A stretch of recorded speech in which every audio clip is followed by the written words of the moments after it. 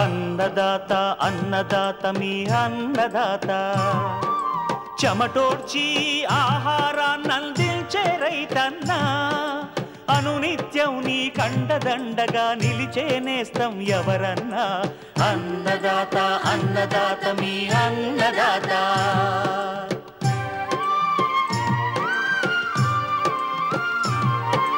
నూతన రీతుల సాగుబడికి నూరింతలు పెరిగే దిగుబడికి సూచనలిచ్చే సస్య రక్షణకు పశు పోషణకి శాస్త్ర విజ్ఞానం అందించి ముందుకు నడిపే తెలుగు రైతు భారతదేశానికి మకుటం అయ్యేలా తీర్చిదిద్దే ఆశయంతో మిమ్ము మేలు కొలిపేది అన్నదాత అన్నదాత అన్నదాత మీ అన్నదాత అన్నదాత అన్నదాత మీ అన్నదాత. అన్నదాత ప్రేక్షకులకు నమస్కారం. ఈనాటి ముఖ్యాంశాలు. మహబూబ్ నగర్ జిల్లాలో వర్షాల అనంతరం పంటల్లో తీసుకోవాల్సిన జాగ్రత్తలు. నానో ఎరువులు సాధారణ యూరియా డిఏపీలకు పూర్తి ప్రత్యామ్నాయం కాదంటున్న శాస్త్రవేత్త వివరణ. ఏడాదికి 2 పంటలనిచ్చే పునాస మామిడి సాగు. ఇంకా జై కిసాన్ వ్యవసాయ సమాచారం.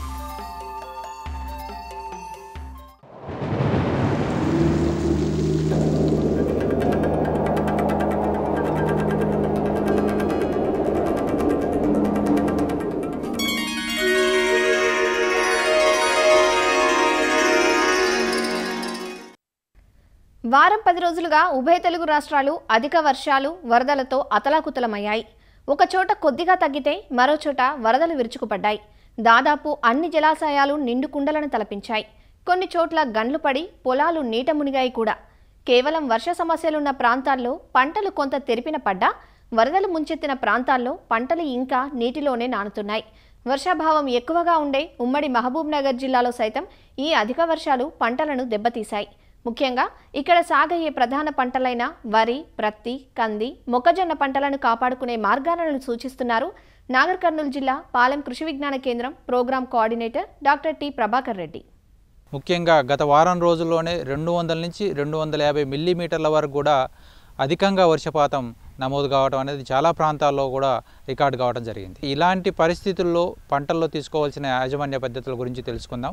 ముఖ్యంగా పత్తి పంటలో కనుక చూసినట్లయితే నీరు అధికంగా నిలిచిపోయినట్లయితే ఈ యొక్క పెరుగుదల లేకపోవడం, పంట అంతా కూడా ముందుగా పసుపు రంగులోకి మారి తర్వాత ఈ యొక్క ఎరుపు రంగులోకి మారడం అనేది మనం గమనించడం జరుగుతుంది. సో ఇలాంటి పరిస్థితుల్లో ముందు అధికంగా ఉన్న నీటిని తీసివేసి ఒక ఎకరాకి 20 కిలోల యూరియా, దాంతోపాటు 10 కిలోల పొటాష్ని మొక్కకు 5 సెంటీమీటర్ల దూరంలో ఉండే విధంగా మనం వేసుకున్నట్లయితే ప్రస్తుత పరిస్థితుల్లో ఈ యొక్క ఆగిపోయిన పెరుగుదలను మనం సాధారణ స్థాయికి తీసుకొచ్చే అవకాశం ఉంటుంది. ఎక్కడైతే మనం రసాయన ఎరువులు వేయలేని పరిస్థితి ఉండి ఇంకా భూమి ఆరలేని పరిస్థితి ఉన్నప్పుడు మనం పైనుంచి పిచికారీ చేసుకోవాలి. ఇలాంటి సమయంలో మనం పోషకాలు అందించడానికి మల్టీకే కానీ లేదంటే 19 కానీ 5 గ్రాములు లీటర్ నీటి కలిపి మనం పైనుంచి ఆకుల ద్వారా పిచికారీ చేయడం ద్వారా మనం తొందరగా పంటని సాధారణ స్థాయికి తీసుకొచ్చే అవకాశం ఉంటుంది. దాంతోపాటు ఎక్కడైతే కంప్లీట్గా వర్షం తగ్గిపోయిన పరిస్థితుల్లో అంతర కృషి చేసినట్లయితే మనం గుంటక కానీ అట్లా అంతర కృషి చేసినట్లయితే ఈ యొక్క వేర్లకు గాలి తగిలి ఈ యొక్క పెరుగుదల అనేది అధికంగా వచ్చే అవకాశం ఉంటుంది. దీంతోపాటు ముఖ్యంగా ఈ యొక్క పత్తి పంటలో అధిక వర్షాల వలన ఈ యొక్క ఎండు తెగులు అనేది అధికంగా గమనించడం జరిగింది. ఇలాంటి పరిస్థితుల్లో నీటిని తీసివేసి ఈ యొక్క ఎండు తెగులను నివారించడానికి ఈ యొక్క వేర్లు తడిచే విధంగా 3 గ్రాముల కాపర్ ఆక్సీక్లోరైడ్ 1 లీటర్ నీటి కలిపి లేదంటే కార్బెండిజం మ్యాంకోజెబ్ కాంబినేషన్తో ఉండే సాఫ్ అనే మందును 2.5 గ్రాములు 1 లీటర్ నీటి కలుపుకొని మనం యొక్క మొదళ్ళు తడిచే విధంగా మనం పిచికారీ చేసినట్లయితే ఈ యొక్క ఎండు తెగులు నివారించుకొని మొక్క సాధారణ స్థాయికి తీసుకొచ్చే అవకాశం ఉంటుంది. దాంతోపాటు ఈ యొక్క చాలా ప్రాంతాల్లో పత్తి పంట అనేది 90 నుంచి 100 రోజుల దశలో ఉంది. ఇప్పుడు పత్తి కాయ ఏర్పడే దశలో ఉన్నాయి. ఈ దశలో ఈ యొక్క కాయ కుళ్ళిపోవటం అనేది ఎక్కువ గమనించడం జరుగుతుంది. ఈ యొక్క పరిస్థితిని కనుక మనం గమనించినప్పుడు దీన్ని నివారించుకోవడానికి 1 లీటర్ నీటికి 3 గ్రాముల కాపర్ ఆక్సీక్లోరైడ్, దాంతోపాటు అజాక్సిస్ట్రోబిన్ డైకోనఫెనజోల్ అనే మందును 1 ml లీటర్ నీటి కలుపుకొని ఈ యొక్క మొదళ్ళు తడిచే విధంగా పిచికారీ చేసుకున్నట్లయితే ఈ యొక్క కాయ కుళ్ళుని మనం నివారించుకునే అవకాశం ఉంటుంది. దాంతోపాటు ఈ యొక్క అధిక వర్షాల వల్ల చాలా ప్రాంతాల్లో ఈ యొక్క గులాబీ రంగు పురుగు కూడా గమనించడం జరుగుతుంది. 1 ఎకరాకు 6 నుంచి 8 వరకు ఈ యొక్క ఫెరమోన్ ట్రాప్స్ పెట్టుకొని వాటి యొక్క పురుగు యొక్క ఉధృతిని అంచనా వేసి ఈ యొక్క ఉధృతి కనుక ఎక్కువగా ఉండటం మనం గమనించినట్లయితే ఈ యొక్క థయోడికార్బ్ అనే మందును 1.5 గ్రామ్స్ 1 లీటర్ నీటికి కలిపి మనం పిచికారీ చేసుకోవడం ద్వారా ఈ యొక్క గులాబీ రంగు పురుగు మొదటి దశలో వచ్చే గులాబీ రంగు పురుగు నివారించుకునే అవకాశం ఉంటుంది. దాంతోపాటు ఈ యొక్క అధిక వర్షాలు, మధ్య మధ్యలో వచ్చే ఉష్ణోగ్రతలు మరియు గాలిలో అధిక తేమ ఉండటం, వీటి వల్ల ఈ రసం పీల్చే పురుగులు ముఖ్యంగా తెల్లదోమ, పచ్చదోమ, పేనుబంక, దాంతోపాటు తామర పురుగులు కూడా అధికంగా వచ్చే అవకాశం ఉంది.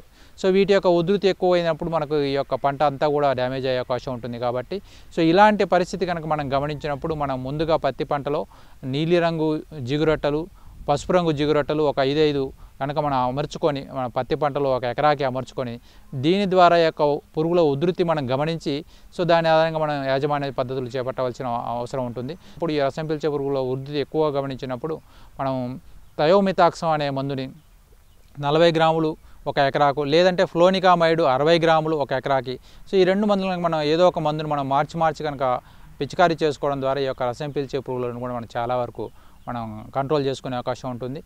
దాంతోపాటు వరి పంట కనుక చూసినట్లయితే ముఖ్యంగా ఎక్కడైతే చెరువుల కింద కానీ కాలువల కింద సో అధికంగా వచ్చిన ఈ నీటి వల్ల ఇసుక మేట ఏర్పడటం, చాలా ప్రాంతంలో అధికంగా నీరు నిలిచి ఉండటం మనం గమనించడం జరుగుతుంది. సో ఇట్లాంటి పరిస్థితుల్లో ముందుగా అధికంగా ఉన్న నీటిని తీసివేసి పొలాన్ని బాగా ఆరనివ్వాలి. సో ముఖ్యంగా ప్రస్తుతం కొన్ని ప్రాంతాల్లో పంట 20 నుంచి 30 రోజుల దశలో ఉంది. సో ఇలాంటి పరిస్థితుల్లో మనం కాండం తొలిచే పురుగు అధికంగా గమనించే అవకాశం ఉంటుంది. కాబట్టి ముందుగా ఈ యొక్క ఒక ఎకరాకి 4 కిలోల కార్బోఫ్యూరాన్ కానీ మనం వేసుకున్నట్లయితే ఈ కాండం తొలిచే పురుగును నివారించుకునే అవకాశం ఉంటుంది. సో పొలాన్ని బాగా ఆరబెట్టి బురద పదంలో మనం ఒక ఎకరాకి 20 కిలోల యూరియా, దాంతోపాటు ఒక 10 కిలోల పొటాష్ కనుక వేసుకున్నట్లయితే మనం పంటను కూడా సాధారణ స్థాయికి తీసుకొచ్చే అవకాశం ఉంటుంది. దాంతోపాటు ప్రస్తుత ఈ యొక్క అధిక పరిస్థితుల్లో ఈ యొక్క పిలక దశలో చాలా ప్రాంతాల్లో మనకి ఈ యొక్క బ్యాక్టీరియా ఆకు ఎండు తెగులు అనేది గమనించడం జరుగుతుంది. సో ఈ అధిక వర్షాల వల్ల తొందరగా పక్క పొలాల్లోకి పాకిపోయి ఎండు తెగులు అనేది ఎక్కువ గమనించడం జరుగుతుంది. సో ఇలాంటి పరిస్థితి కనుక మనం గమనించినప్పుడు ముందుగా యూరియా వేయటం అనేది ఆపేయాలి. వర్షాలు తగ్గిన తర్వాత యూరియా అధికంగా వేయటం ఆపేయాలి. ఓన్లీ పొటాష్ మాత్రమే వేసుకోవాలి, యూరియా వేయటం ఆపేయాలి. సో ఈ విధంగా మనం ఆకు ఎండు తెగులు గమనించినప్పుడు దీని నివారణకు మనకు కాపరాక్సి క్లోరైడ్ 3 గ్రాముల లీటర్ నీటికి, దాంతోపాటు ఈ యొక్క ప్లాంటామైసిన్ ఒక 80 గ్రాములు ఒక ఎకరాకి. సో దీన్ని కనుక మనం పైనుంచి పిచికారీ చేసుకున్నట్లయితే ఈ యొక్క బ్యాక్టీరియా ఆకు ఎండు తెగులు మనం నివారించుకునే అవకాశం ఉంటుంది. ఉధృతిని బట్టి 2 సార్లు కూడా మనం పిచికారీ చేసుకోవాల్సిన అవసరం ఉంటుంది.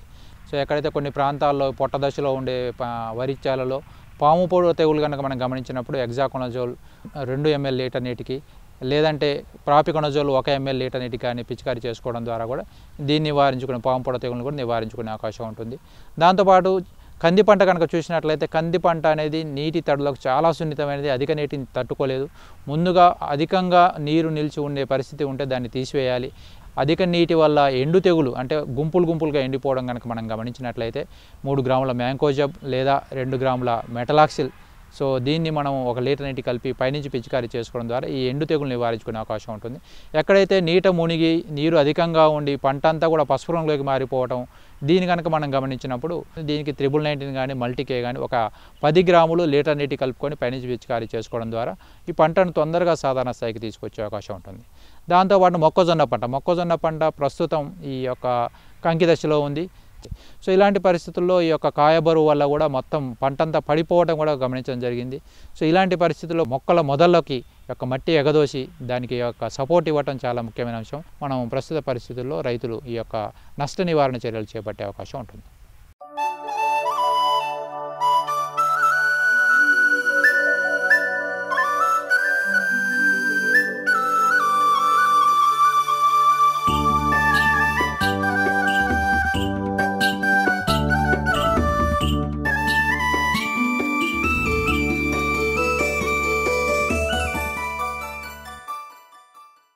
అందివచ్చిన సాంకేతిక పరిజ్ఞానంతో ఇప్పుడు కొత్తగా నానో ఎరువులు మార్కెట్లోకి వస్తున్నాయి. ప్రధాన పోషకాలైన నత్రజని, భాస్వరం, పొటాష్లను అందించేవిగా nano urea, nano DAP, nano పొటాష్లు ద్రవ రూపంలో 1/2 లీటర్ డబ్బాల్లో లభ్యమవుతున్నాయి. ఒక 1/2 లీటర్ డబ్బా 1 బస్తా యూరియాతో సమానమని, 1 ఎకరాకు 1 డబ్బా సరిపోతుందని చెబుతుండడంతో వీటిని ఎలా వాడాలనే విషయంపై రైతుల్లో అనేక సందేహాలు తలెత్తుతున్నాయి. రవాణా కలిసొస్తుందనే ఉద్దేశంతో ఎరువు బస్తాలకు బదులుగా ఈ ద్రవరూప ఎరువులను వాడితే సరిపోతుందని చాలామంది రైతులు భావిస్తున్నారు. అసలు నానో యూరియా కానీ నానో డిఏపి కానీ వాడేటట్లయితే ఎరువు బస్తాలు వాడకుండా ఉంటే సరిపోతుందా అనేది వీరి మదిలో మెదులుతున్న ప్రశ్న. దీనిపై శాస్త్రవేత్తలు వివరణ ఇస్తున్నారు. నానో ఎరువు సాధారణ ఘనరూప ఎరువులకు పూర్తి ప్రత్యామ్నాయం కాదంటూ వరంగల్ ప్రాంతీయ వ్యవసాయ పరిశోధనా స్థానం పరిశోధనా సహ సంచాలకులు డాక్టర్ ఉమారెడ్డి రైతులకు ఇలా తెలియజేస్తున్నారు. చాలామంది రైతు సోదరులు ఈ నానో యూరియా, నానో డిఏపి ఇలాంటి ఎరువుల పట్ల చాలామంది ప్రశ్నలు అడుగుతూ ఉన్నారు. ముఖ్యంగా మన ఉదాహరణకి మొక్కకు ప్రధానంగా అవసరం ఉండేటువంటి నత్రజని, భాస్వరానికి సంబంధించి నత్రజని అయితే యూరియా, భాస్వరం అయితే డిఏపి లేదా సింగిల్ సూపర్ ఫాస్ఫేట్ ఎరువులు వేస్తుంటాం. మొక్కకు చాలా ఎక్కువ మొత్తం లోపల 2 పోషకాలు అవసరం కాబట్టి మనం దానికి సంబంధించినటువంటి ఎరువులను కూడా పంటను బట్టి ఎకరానికి 2 నుంచి 3 బస్తాలు యూరియా కానివ్వండి, లేకపోతే 1 బస్తా డిఏపి కానీ వేస్తూ ఉంటాం మనం. ఈ మధ్య కాలంలో వచ్చినటువంటి నానో టెక్నాలజీ అనే ఒక కొత్త సాంకేతిక పరిజ్ఞానంతో మామూలుగా యూరియా తీసుకుంటే ఒక యూరియా గ్రాన్యూల్ యొక్క పరిమాణం దానికి ఎన్నో రెట్లు పార్టికల్స్ని కలిగినటువంటి అతి చిన్నగా ఉండేటువంటి పార్టికల్స్ అంటే నానో అంటే 20 నుంచి 50 నానోమీటర్స్ కంటే తక్కువ పరిమాణంలో ఉండేటువంటి దాని రూపం లోపల ఈ లిక్విడ్ యూరియాను మనం తయారు చేయడం జరిగింది. సో దాంట్లో ఏంటంటే 4% వెయిట్ బై వాల్యూమ్ అంటే ఒక 100 ml సొల్యూషన్ తీసుకుంటే అలా 4 గ్రాములు ఉంటుంది. అంటే 500 ml బాటిల్ లోపల దాదాపు 20 గ్రాముల నత్రజని ఉంటుంది. అంటే ఒక 500 మిల్లీలీటర్ల బాటిల్ను పిచికారీ చేస్తే ఒక బస్తాకు సమానం అని చాలామంది చెప్తున్నారు. అంటే 45 కిలోల యూరియాకు. అంటే 45 కిలోల యూరియా ద్వారా మనం దగ్గర 20 కిలోల నత్రజని అందజేస్తున్నాం. అదే 500 ml బాటిల్ ద్వారా మనం 20 గ్రాములను అందజేస్తున్నాం.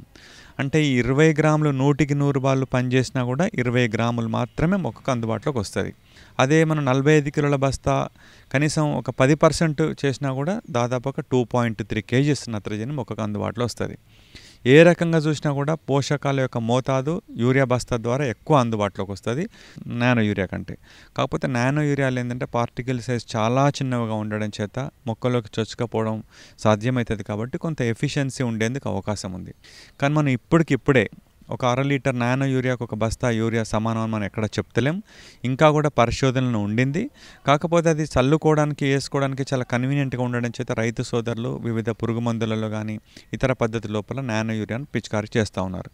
అంటే వేస్తున్నటువంటి యూరియాకు అదనంగా చేస్తే కొంత ఉపయోగం ఉండొచ్చాం కానీ బట్ యూరియాను కంప్లీట్ బంద్ పెట్టి నానో యూరియా మీదనే మనం పండించాలనుకుంటే మాత్రం ప్రస్తుతం ఉన్నటువంటి పరిశోధన ఫలితాల ద్వారా మనం చెప్పేటువంటి స్థితులు లేవు మనం. అదేవిధంగా నానో డిఏపి కూడా అంతనే.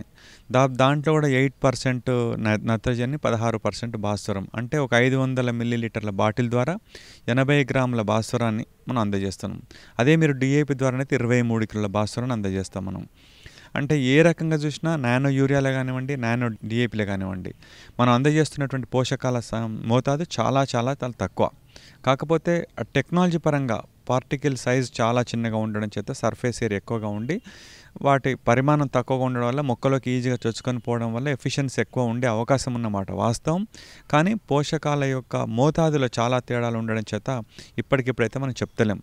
కాబట్టి రైతు సోదరులు గుర్తుపెట్టుకోవాల్సింది ఏంటంటే ప్రస్తుతం ఉన్నటువంటి సాంకేతిక సమాచారం ప్రకారం ఒక యూరియా బస్తాకు బదులు నానో యూరియా, ఒక డిఏపి బదులు నానో డిఏపి వాడమని అయితే మనం చెప్తలేం. అవసరం అనుకుంటే మీరు ఏదైనా పురుగు మందులలో లేదా మరి ఇతర సందర్భాల లోపల ఒక అడిషనల్గా దాన్ని పిచికారి చేసుకోవాలి. అంతేగాని దిగుబడులు పెరిగే అవకాశం లేదు, దిగుబడులు తగ్గే అవకాశం ఉంటుంది. మోరోవర్ సాయిల్లో ఉన్నటువంటి న్యూట్రియంట్స్ కూడా ఎక్కువ రోజులు ఈ పద్ధతిలో అవలంబించినట్లయితే నేలలో కూడా పోషకాల లభ్యత వచ్చి మరింత ప్రమాదం కూడా జరిగే అవకాశం ఉంది. సో కాబట్టి మరింత సమాచారం అంటే సాంకేతిక పరంగా వచ్చేంత వరకు కూడా రైతులు ప్రస్తుతం చెప్తున్నటువంటి సిఫారసు చేసినట్టు ఎరువులను ఇటు యూరియా రూపంలో అటు డిఏపి రూపంలో వేసుకోవాలి. నానో యూరియా, నానో డిఏపిని మాత్రం మీరు అదనంగా ఏదైనా పురుగు మందులలో కానీ ఇతర సందర్భాల లోపల మొక్కను బట్టి మీరు పిచికారి చేసుకుంటే మంచిది.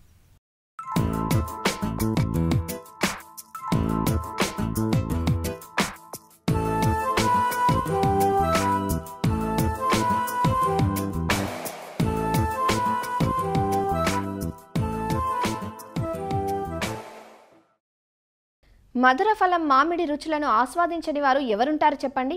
సాధారణ రకాలు డిసెంబర్, జనవరి మాసాల్లో పూత పూసి ఏప్రిల్ నుంచి మే మాసం వరకు కాతనిస్తాయి. అయితే ఆగస్టు, సెప్టెంబర్ మాసాల్లో అంటే అన్ సీజన్లో కాతకొచ్చే రకాలు కూడా ఉన్నాయి. వాటినే పునాస రకాలు అంటారు. పునాస రకాలు సీజన్ పంటతో పాటు అన్ సీజన్ పంటను ఇవ్వటంతో మంచి ధర పలికి రైతుకు సాగు లాభిస్తుంది. వీటిని పచ్చికాయగా విరివిగా వినియోగిస్తారు. దీంతో పునాస మామిడి రకాలను సాగు చేసేందుకు రైతులు ఉత్సాహం చూపుతున్నారు. పునాస సాగుకు అనుకూలంగా ఉండే రకాలను అధిక సాంద్ర పద్ధతిలో నాటుకుని ఏటా కొమ్మ కత్తిరింపులు చేపడుతూ సకాలంలో యాజమాన్య సస్యరక్షణ చర్యలు చేపడితే దిగుబడులు నాణ్యంగా ఉండి మంచి ధర దక్కుతుందంటూ వివరాలు తెలియజేస్తున్నారు శ్రీ కొండా లక్ష్మణ్ తెలంగాణ రాష్ట్ర ఉద్యాన విశ్వవిద్యాలయం సంగారెడ్డి ఫల పరిశోధనా సంస్థ ప్రధాన శాస్త్రవేత్త మరియు అధిపతి డాక్టర్ సుచిత్ర. మామిడి సీజన్ చూసుకున్నట్లయితే అది మనకి డిసెంబర్ జనవరిలో పూత వచ్చి ఏప్రిల్ నుంచి మే వరకు ఖాతా అనేది మనం చూస్తాము. ఇది మెయిన్ సీజన్ కాపు అంటారు. సో ఇది కాకుండా మనకి సెప్టెంబర్ అక్టోబర్లో వచ్చేది అది పునాస రకం. అయితే ఈ పునాస రకం ఒక్కొక్క ప్లేస్లో ఒక్కొక్కలాగా ఉంటుంది. ఇప్పుడు ఇంటర్నేషనల్ అంతర్జాతీయ మార్కెట్లో చూసినట్లయితే అది ఏప్రిల్ నుంచి డిసెంబర్ వరకు మనం ఈ యొక్క పునాస రకాల కాయలను అనేది మార్కెట్లో చూస్తాము. అయితే మన భారతదేశంలో చూసినట్లయితే కన్యాకుమారి అంతేకాకుండా ఆంధ్రప్రదేశ్ కోస్తా జిల్లాల్లో కూడా మనకి నిరంతరం కూడా ఈ కాపు అనేది చూడవచ్చు. అయితే కొన్ని రాష్ట్రాల్లో మాత్రం ఇది ఏప్రిల్ నుంచి సెప్టెంబర్ వరకు కూడా ఈ యొక్క ఖాతాను చూస్తాం. కోస్తా ప్రాంతాల్లో ముఖ్యంగా అధిక వేడి అంతేకాకుండా అధిక తేమ ఉండడం వల్ల ఈ యొక్క పూత అనేది నిరంతరం అనేది చూస్తూ ఉంటాం. అయితే మన ఆంధ్రప్రదేశ్ ముఖ్యంగా తెలంగాణ రాష్ట్రాలు చూసినట్లయితే ఇది సెప్టెంబర్ అక్టోబర్ నెలలో మాత్రమే ఈ యొక్క పునాస రకాలని చూస్తాం. అయితే ఉష్ణోగ్రతే కాకుండా ఈ యొక్క రకాలని బట్టి కూడా మనం ఈ యొక్క పునాస అనేది చూడవచ్చు. ఈ పునాస రకాలు అనేది కొంచెం స్పెషల్గా ఏప్రిల్ మేలలో మనకు పూత వచ్చేసి దాని తర్వాత సెప్టెంబర్ అక్టోబర్లో మన ఖాతాకు వచ్చే రకాల్లో మనం చూసినట్లయితే ఈ బొబ్బులి పునాస రకం, అందులో రాయల్ స్పెషల్ అనేది ఇప్పుడు చాలా ప్రాచుర్యంలో ఉన్నది. ఇంకా అంతేకాకుండా తెఫాలా అనే రకం, తంబువా అనే రకం, ఇలాంటి రకాలు మనకి పునాస రకాలుగా మనం చెప్పుకోవచ్చు. అయితే ఈ రకాలు పెట్టదలిచిన రైతులు ఎవరైనా ఉంటే దాని ఒక సంవత్సరం మొక్కలు సేకరించి హై డెన్సిటీ ప్లాంటింగ్లో నాటుకోవాల్సి ఉంటుంది. ఎందుకంటే ఈ సంవత్సరం పొడుగుతా వస్తుంది కాబట్టి దీనికి ఎక్కువగా ప్రూనింగ్స్ అనేది అవసరం. కాబట్టి మన హై డెన్సిటీ ప్లాంటింగ్లో కూడా నాటుకోవచ్చు. 3x3 మీటర్లు, 4x4 మీటర్లు రకరకాల స్పేసింగ్లో మనం వీటిని పెట్టుకోవచ్చు. అయితే మనకి ముఖ్యంగా రాయల్ స్పెషల్ అనేది మార్కెట్లో చాలా గిరాకీ ఉంది. ముఖ్యంగా తమిళనాడులో కానీ, గోవాలో కానీ, కేరళలో కానీ ఈ యొక్క రకానికి చాలా ప్రాచుర్యం ఉన్నది. ఎందుకంటే అక్కడ ఓనం ఫెస్టివల్ అనేది మనం చూస్తాము. అంతేకాకుండా సంవత్సరం పొడుగుతా ఈ కాయకి కూరగాయ కానీ, ఊరగాయ కానీ, పప్పుల్లో కానీ వాడుకోవడం వల్ల దీనికి గిరాకీ ఉంది. అయితే ఈ గిరాకీని బేస్ చేసుకొని చాలామంది రైతులు దీనిపైన ఇంట్రెస్ట్ చూపిస్తున్నారు. అయితే ఈ మొక్కను నాటుకున్న తర్వాత మనం 1 మీటర్ ఎత్తు వచ్చిన తర్వాత మనం తప్పకుండా అన్ని మామిడి రకాలలాగానే ఈ రకానికి కూడా ట్రైనింగ్ అనేది, శిక్షణ అనేది ఇవ్వాల్సి ఉంటుంది. పైన కత్తిరించిన భాగం కింద 4 కొమ్మలు అనేది రావడం జరుగుతుంది. ఈ 4 కొమ్మలు 30 నుంచి 40 సెంటీమీటర్లు వచ్చిన తర్వాత దాన్ని తల తుంచినట్లయితే ఈ 4 కొమ్మలు 16 కొమ్మలు రావడం జరుగుతుంది. ఇలా సంవత్సరం మీద ఒక 2 నెలల తర్వాత ఇలా కత్తిరింపులు చేపట్టినట్లయితే ఈ రాయల్ స్పెషల్ అనే రకం కానీ, పునాస రకం కానీ మనకి ఖాతాకి రెడీగా ఉంటుంది. సో సంవత్సరంన్నరలో మనము మొదటి కాపును అనేది తీసుకోవచ్చు. అయితే ముఖ్యంగా ఈ యొక్క పునాస రకంలో మనం చూసినట్లయితే ప్రూనింగ్ అనేది చాలా ముఖ్యమైన ప్రక్రియ. అయితే మామూలుగా డిసెంబర్ జనవరిలో మన పూత అనేది మామిడి రకాల్లో చూస్తాం. కానీ ఈ డిసెంబర్ జనవరిలో మనము ఇక్కడ కత్తిరింపులు అనేది చేపట్టాలి ఈ యొక్క పునాస రకంలో. అయితే 2 నెలల తర్వాత దీనికి చిగుర్లు అనేది రావడం జరుగుతుంది. చిగుర్లు వచ్చిన తర్వాత ఆకు ముదిరినప్పుడు ఈ యొక్క చెట్లకి మనం పోషకాలు అనేది ఇవ్వాలి. ఈ పోషకాలు చూసినట్లయితే 1/2 KG urea, 1 KG potash, 1 KG phosphorus అనేది ఇచ్చిన తర్వాత వాటర్ అనేది పెట్టాలి. అయితే పూత పూసిన తర్వాత 6 నెలలకి మనకి ఒక ఖాతా అనేది కోతకి వస్తుంది. అయితే మనకి ఎప్పుడు ఖాతా కావాలనేది దాన్ని బట్టి మనము ముందే ప్లాన్ చేసుకున్నట్లయితే 6 నెలల ముందు కత్తిరించిన తర్వాత 2 నెలలకి మనం పోషకాలు ఇచ్చినట్లయితే తర్వాత 4 నెలల్లో మనకి కాయ అనేది మార్కెట్కి పంపించుకోవచ్చు.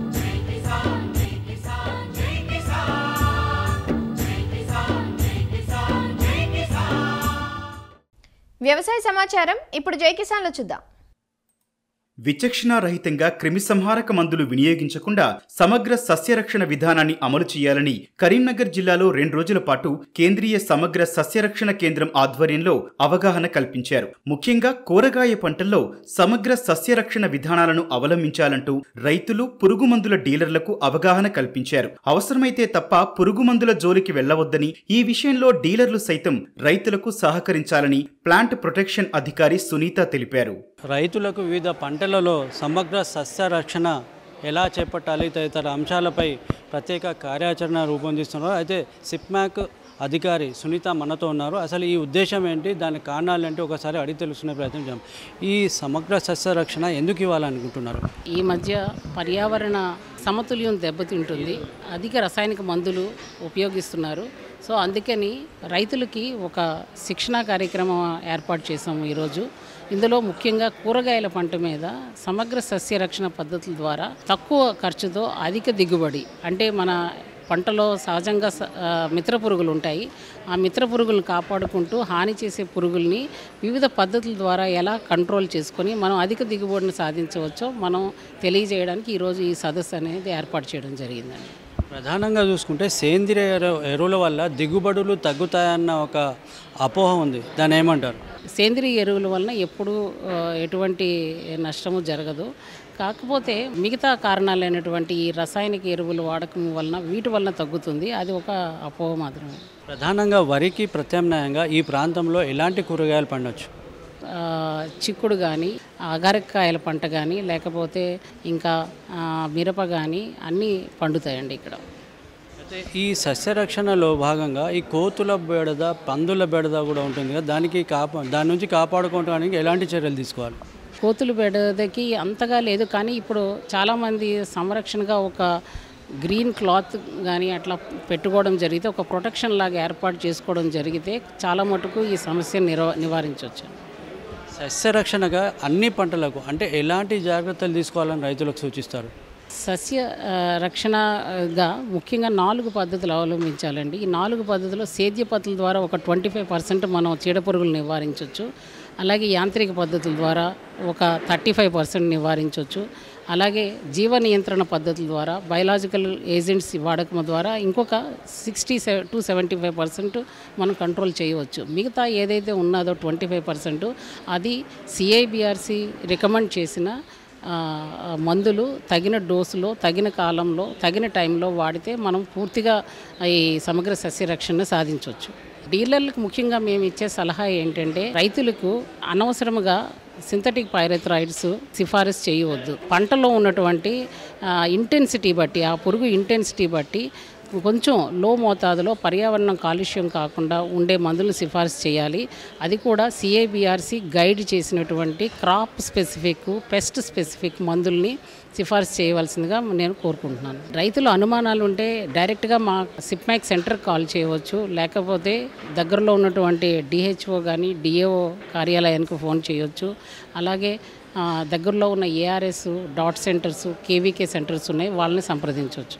ఈ రైతులకు ఏమైనా ప్రోత్సాహకాలు ఉన్నాయా? అంటే సేంద్రియ పద్ధతుల కోసం మన నుంచి ఏమైనా ప్రోత్సాహకాల మీద సరఫరా చేసే అవకాశం ఉందా?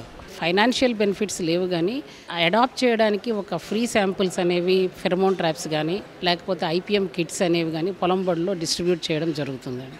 అంటే ఇవి వాడడానికి సామూహికంగా వాడాలా, ఇండివిజువల్గా వాడితే సరిపోతుందా రైతులు? లేదండి, ఇది ఇంటిగ్రేటెడ్ పెస్ట్ మేనేజ్మెంట్ అనేది ఎప్పుడూ సామూహికంగానే జరగాలి, ఇండివిజువల్గా చేస్తే పని చేయదు.